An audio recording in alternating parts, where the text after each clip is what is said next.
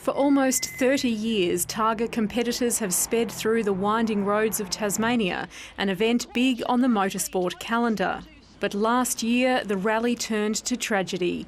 3 men were killed in 2 separate crashes. We've never hidden away from the shock of losing 3 people in the space of really 24 hours over 2 days. It's caused dramatic change in our space and our event and the way we go about running it.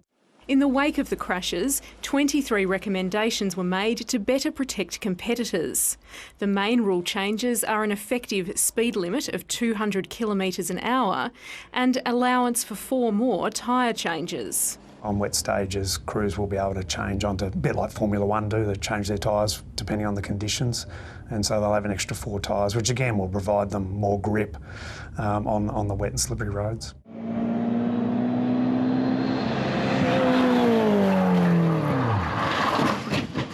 This was the mess left for Huon Valley resident Bill Hilston. He had a close call when one of last year's competitors crashed into his shed. He'd been in that shed just minutes before. I must confess it was fairly shaky. It was quite a shock to have that happen.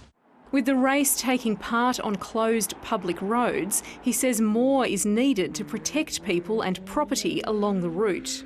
If they're going to race on people's streets, that the properties along those streets be protected. We've been on that road for many, many years without incident, but it did show it can happen, and we have reviewed the course. There won't be a southern stage this year, but Targa says it hasn't given up on the south.